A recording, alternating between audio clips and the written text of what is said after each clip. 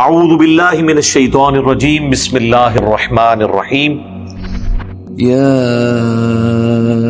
ایہا الذین آمنوا اوفوا بالعقود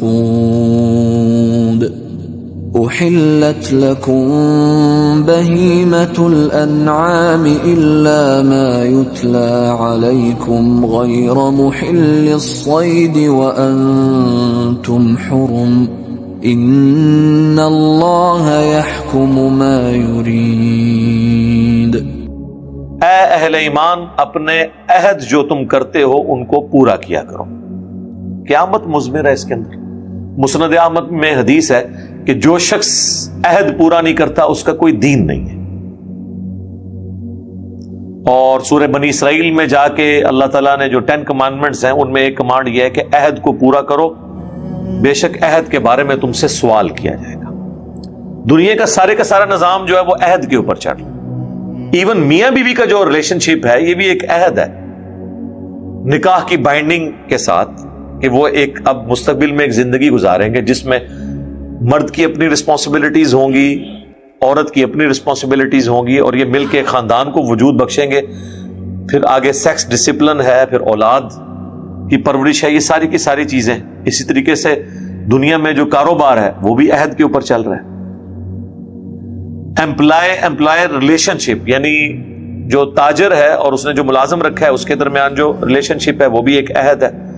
تو یہ سارے کے سارے معاملات عہد کے اوپر چل رہے ہیں۔ اور ایک سب سے بڑا عہد ہے جو ہم نے اللہ سے کیا ہے، الست بربکم قالوا بلا۔ عالم ارواح میں کیا میں تمہارا رب نہیں ہوں؟ تو سب نے کہا تھا بلا، کیوں نہیں۔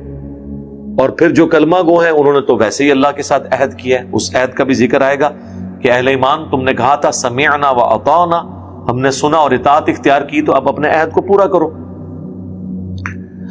اب ساتھ ہی شریعت کے احکامات شروع ہو رہے ہیں حلال و حرام کے حوالے سے۔ تمہارے لیے حلال کر دیے گئے ہیں سب کے سب بے زبان چوپائے۔ بہیمت الانعام عربی میں کہتے ہیں بے زبان چوپایوں کو، جن کا ذکر سورۃ الانعام میں آیا ہے۔ وہ 4 کیٹیگریز ہیں۔ نمبر 1 بھیڑ، نمبر 2 بکری، نمبر 3 گائے، اور نمبر 4 اونٹ۔ یہ ہیں 4 بے زبان۔ باقی اس کی جو آپ سمجھ لیں آف شوٹ کے طور پہ یا کرالری کے طور پہ آپ باقی چیزوں کو بھی اس میں داخل کریں گے۔ ہرن بھی آ جائے گا اس میں، اسی طریقے سے بھینس بھی آ جائے گی، وہ گائے کے حکم میں داخل ہے۔ وہ کہتے تھے بھینس کو فقہ حنفی نے حلال کیا ہے۔ سر فقہ حنفی کی بدايت سے پہلے بھی بھینس موجود تھی۔ پہلے 300 سال میں کتاب لکھی گئی ہے امام منذری کی، کتاب الاجماع۔ منذری نہیں، امام منذری تو الگ ہے، یہ ابن المنذر ہیں، ان کی کتاب ہے کتاب الاجماع۔ چھوٹی سی کتاب ہے، اس کا ترجمہ ہوا ہے۔ اس میں باقاعدہ زکوٰۃ کے چیپٹر میں لکھا ہے کہ اس پہ اجماع ہے کہ بھینس گائے کے حکم میں داخل ہے۔ تو یہ اکثر مسائل جو آپ کو بتا رہے ہوتے ہیں نا ہمارے اماموں نے بتائے، وہ اماموں نے نہیں بتائے، وہ امت کے اجماع نے ٹرانسفر کیے۔ ورنہ مجھے بتائیں کس امام نے بتایا کینگرو کے بارے میں، زرافے کے بارے میں؟ ان کو تو پتہ ہی نہیں تھا زرافے کے بارے میں۔ زرافہ بھی بہیمت الانعام میں آتا ہے، اس کا کھر بھی کٹا ہوا ہوتا ہے، جو پاؤں ہے نا وہ 2، جس طرح یہ بکری کا، گائے کا، بھینس کا، اونٹ کا بھی آپ دیکھتے ہیں نا یوں کٹا ہوا ہوتا ہے، یہ بہیمت الانعام کی نشانی ہے۔ گھوڑے کا نہیں کٹا ہوتا، یہ بہیمت الانعام، گھوڑا ویسے الگ سے حلال ہے لیکن بہیمت الانعام میں نہیں آتا۔ زرافہ بہیمت الانعام میں آتا ہے، اس کا کھر بھی اسی طریقے سے کٹا ہوا ہوتا ہے، اس کے پاؤں جو ہیں۔ تو سب کے سب بہیمت الانعام، چاہے وہ نیل گائے ہو، ہرن ہو، بھینس ہو، اور 4 وہ جانور جو قرآن میں ہے، بھیڑ، بکری، اسی میں آپ دمبے کو بھی شامل کر لیں۔ پھر اس کے بعد جو آج کل کی پہاڑی بکرے ہیں، مارخور ہے، وہ بھی بکری کی ایک فارم ہے، اس کے بھی کھر کٹے ہوتے ہیں۔ یہ سب کے سب حلال ہیں جانور، بہیمت الانعام ہے، وہ سب کے سب حلال ہیں، سوائے وہ جس کی تلاوت تم پہ ہم کریں گے، ابھی تمہیں بتائیں گے کہ یہ جانور حرام ہے، حلال ہونے کے باوجود بھی حرام ہے۔ کس صورت میں؟ وہ صورتیں آگے آ جائیں گی، اور بعض تو ہے ہی حرام، وہ بھی چیزیں آ جائیں گی۔ لیکن اس میں ساتھ ایک شرط لگائی، لیکن یہ حلال شکار اس وقت ہوگا کہ تم ان جانوروں کو حلال اس وقت شمار ہو رہے ہوں گے جب تم ان کا شکار کر رہے ہو اور تم احرام کی حالت میں ہو. اس صورت میں یہ حلال جانوروں کا شکار بھی تمہارے لیے حلال نہیں ہوگا. کھانا تو دور کی بات، ان کا شکار بھی تم نہیں کر سکتے. تو یہ جو ساری چیزیں پڑھ کے بتائی جا رہی ہیں، اس کے احکامات ان لوگوں کے لیے ہیں جو احرام کی حالت میں نہیں ہیں. اب آج کل تو ہم اس تکلیف کو نہیں سمجھ سکتے. اگلے زمانوں میں جب لوگ پیدل سفر کرتے تھے تو ہمارے سب کانٹیننٹ سے یہ آلموسٹ 4 مہینے میں لوگ عرب کی سرزمین میں پہنچتے تھے. ان کو پھر احرام کی حالت میں بھی جو میقات ہے اس کے اندر بھی تقریباً 100 کلومیٹر سفر کرنا پڑتا تھا. اس دوران کھانا پینا بھی ہے. آگے چل کے آئے گا کہ ہم تمہیں آزمائیں گے کہ جو شکاری جانور جو ہیں وہ تمہارے بالکل سامنے آئیں گے لیکن تم شکار نہیں کر سکتے. اب ہرن کا گوشت تو اتنا ٹیسٹی ہوتا ہے، اب ہرن سامنے آئی ہو اور آپ احرام کی وجہ سے اس کا شکار نہ کر سکے تو آزمائش ہے. اور اللہ نے کہا ہم یہ ایسا کریں گے. اور اس کی انالوجی اس کے ساتھ بنتی ہے جو اصحاب سب تھے، جو سورۃ الاعراف میں آتا ہے کہ ہفتے والے دن یہ مچھلیاں ان کے سامنے پھدکتی تھی. عام دنوں میں وہ نظر ہی نہیں آتی تھی اور ہفتے والے دن ان پہ پابندی تھی. تو آزمائش ہوتی اس وقت ہے جب آپ کو صبر کی تکلیف سے گزرنا پڑے. تو اگلے زمانوں میں لوگ پیدل سفر کرتے تھے تو ظاہر ہے کہ وہ کتنا کھانا ساتھ لے کے چلیں گے. اچار ہی ایک ساتھ رکھ سکتے تھے، باقی تو راستے میں جانوروں کا شکار کرتے تھے. کبھی کوئی جنگلی گائے، کوئی نیل گائے شکار کر لی. لیکن جب وہ میقات تک پہنچتے تھے پھر آگے احرام ہوتا تھا شروع، تو احرام کی حالت میں آپ شکار نہیں کر سکتے. بے شک اللہ حکم فرماتا ہے جو چاہتا ہے. یہ اللہ کی مرضی ہے کہ حلال چیز کو بھی وقتی طور پہ حرام کر دے احرام کی حالت میں. يا أيها الذين آمنوا لا تحلوا شعائر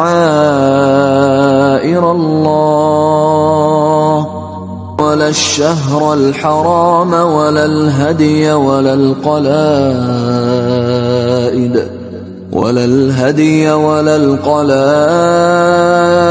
ولا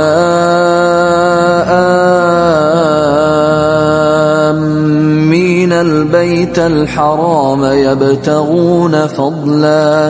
يبتغون فضلا من ربهم ورضوانا وإذا حللتم فاصطادوا ولا يجرمنكم شنآن قوم أن صدوكم عن المسجد الحرام أن تعتدوا وتعاونوا على البر والتقوى ولا تعاونوا على الإثم والعدوان واتقوا الله إن الله شديد العقاب.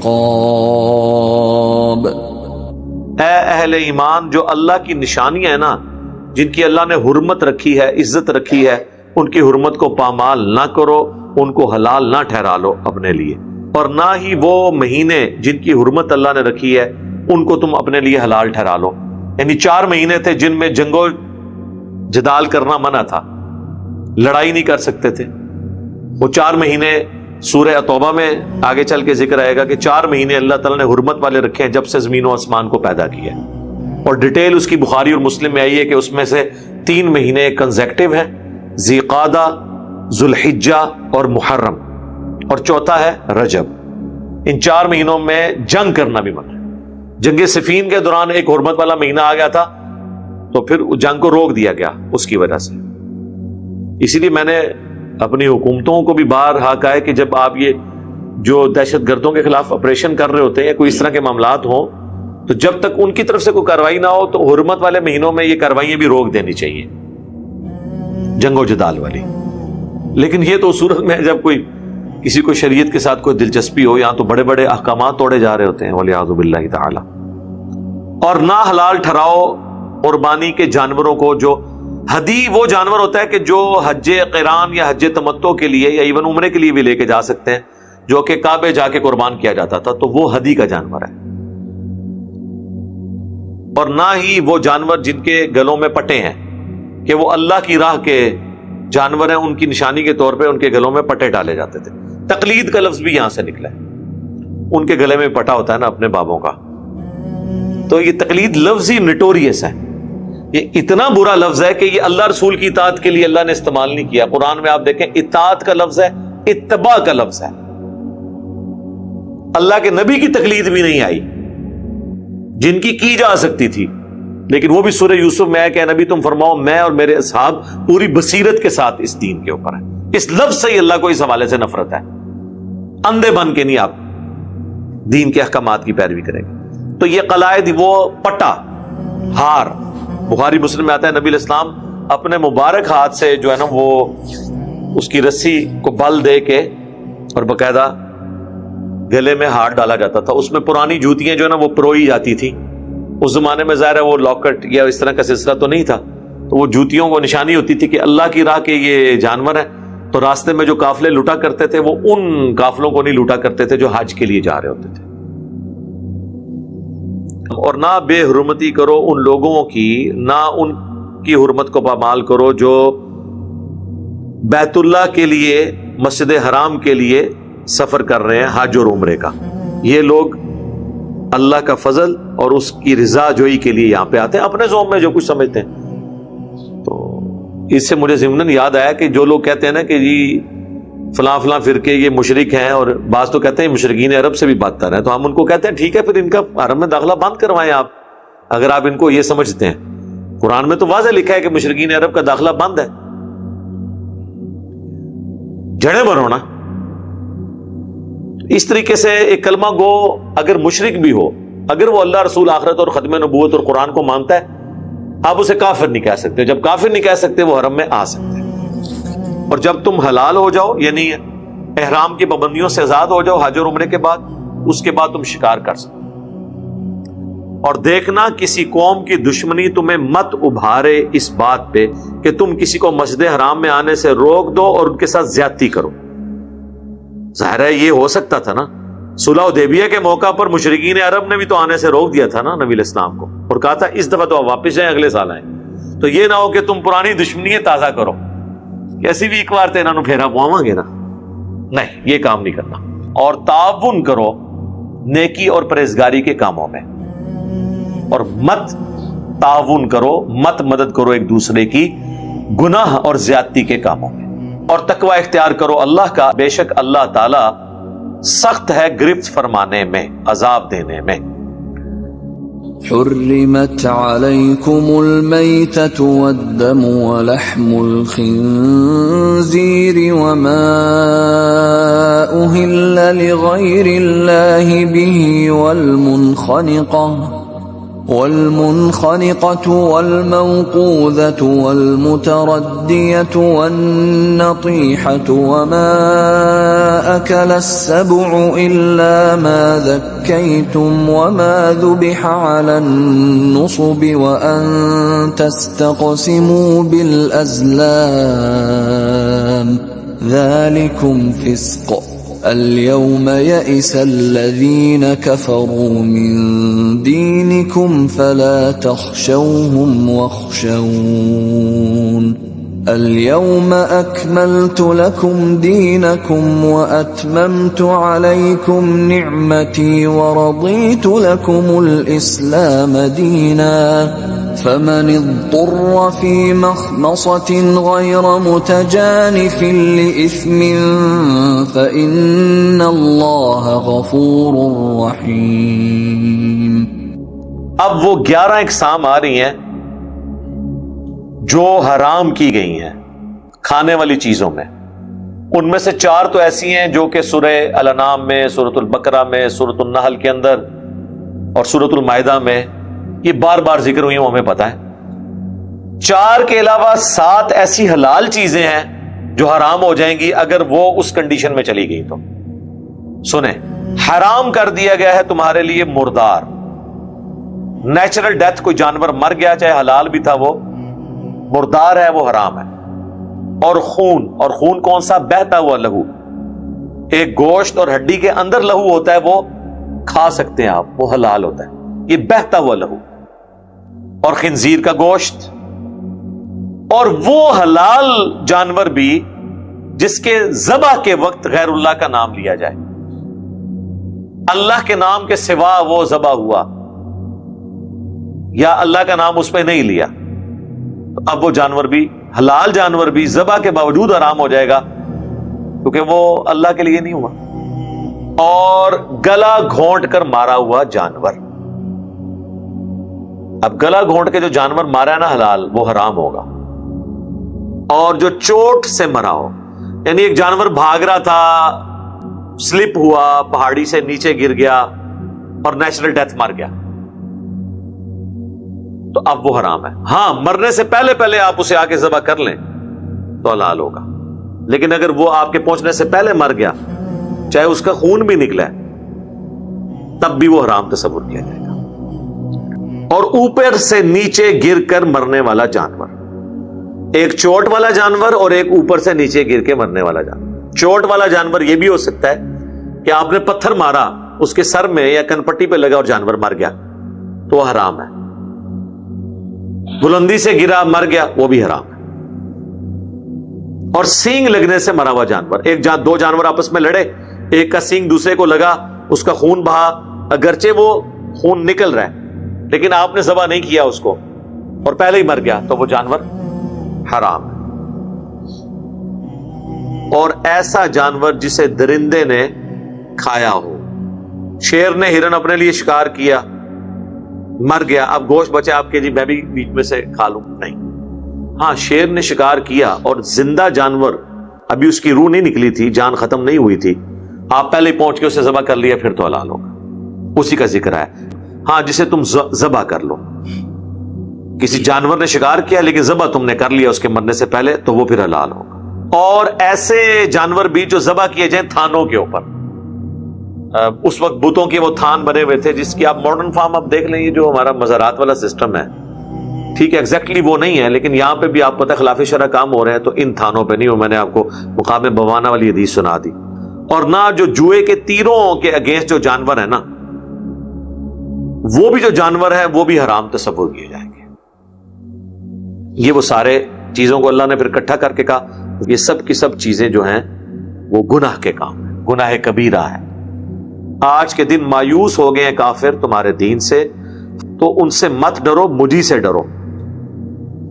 اب ظاہر ہے کہ یہ دین مکمل ہو چکا ہے اور آخری اللہ تعالیٰ خطاب کر رہا ہے اپنے ماننے والوں سے، تو اس میں یہ امپورٹنٹ بات ڈسکس کی کہ اب تم نے اسلام کا گراف اوپر ہی جائے گا. اللہ نے دین کو غلبہ دے دیا ہے سرزمین عرب میں، اور ظاہر ہے کہ ابھی تو رومنز اور پرشینز بھی ڈھیر نہیں ہوئے تھے. اللہ تعالیٰ اس میں پہلے پریڈکشن فرما رہا ہے، آج کے دن ہم نے تمہارا دین تمہارے لیے مکمل کر دیا اور اپنی نعمت تم پر مکمل کر دی، تمام کر دی، اور اسلام کو ایز اے دین تمہارے لیے پسند کیا.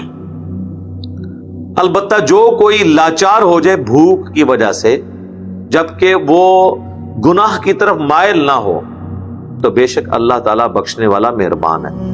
اس کا تعلق اوپر والے حصے کے ساتھ ہے کہ یہ جانور جو حرام کیے ہیں نا، یہ بھی وقتی طور پر تمہارے لیے جائز ہو جائیں گے اگر زندگی موت کی کشمکش بن گئی اور تمہارے اندر بغاوت کا ایلیمنٹ نہیں ہے. جان بچانے کے لیے اگر تمہیں حرام کھانا پڑتا ہے تو کھا لو. حتیٰ کہ سورۃ النحل میں آیا کہ اگر کسی شخص کو جان بچانے کے لیے کلمات کفر بھی بولنے پڑ جائیں اور اس کا دل ایمان پہ جمع ہوا ہو تو اللہ تعالیٰ اس پہ بھی گرفت نہیں کرے گا. لیکن یہ ایمان کا لوسٹ درجہ ہے. اعلیٰ درجہ وہی ہے جو مسند احمد میں اور سنن ابن ماجہ میں حدیث ہے کہ اللہ کے ساتھ شرک نہ کرنا، خواہ تمہارے ٹکڑے ٹکڑے کر دیے جائیں، تمہیں قتل کر دیا جائے، سولی دے دیا جائے یا آگ میں زندہ جلا دیا جائے، شرک نہ کرنا، وہ اعلیٰ ترین درجہ وہی ہے. اور بخاری مسلم میں حدیث ہے اس شخص نے ایمان کی حلاوت چکھ لی جس میں 3 نشانیاں ہیں. اللہ اور اس کا محبوب عز و جل و صلی اللہ علیہ وآلہ وسلم اسے سب لوگوں سے بڑھ کر محبوب ہو جائے، اس کی دوستی اور دشمنی کا معیار اللہ ہو، اور تیسری چیز کفر کی طرف لوٹایا جانا اس کے لیے اتنا ہی مشکل ہو جائے جتنا زندہ آگ میں جلایا جانا. وہ اعلیٰ ترین درجہ ہے. لیکن اس چیز کی اجازت موجود ہے کہ آپ زندگی موت کی کشمکش بن جائے تو کلمات کفر دل میں ایمان رکھتے ہوئے بول سکتے ہیں. زندگی موت کی کشمکش یہ نہیں ہے کہ جرمنی کی پولیٹیکل اسائلم لینے کے لیے اپنے آپ کو قادیانی لکھواتے ہیں، نعوذ باللہ. یہ زندگی موت کا مسئلہ نہیں ہے. ایک اچھے فیوچر کے لیے یہ لوگ حرکت کر رہے ہوتے ہیں اور وہ بھی وقتی طور پہ ہی ہوتا ہے. دنیا میں بھی اس کا عذاب بھگتنا پڑتا ہے اور آخرت کا عذاب تو باقی ہے. اور کہتے ہیں دل میں تو ایمان ہے، خیر ہے ہم نے لکھ بھی دیا. نہیں سر، ایمان 3 چیزوں کا نام ہے: اقرار باللسان و تصدیق بالقلب زبان سے اقرار کرنا اور دل سے اس کی تصدیق کرنا. اور ایک تیسرا جو انڈیا پاکستان میں نہیں پایا جاتا فقہ حنفی کی برکات کی وجہ سے انورٹڈ کو، وہ ہے عمل بالجوارح، اپنے اعمال سے بھی اپنا ایمان ثابت کرنا. یہ 3 چیزیں ہیں.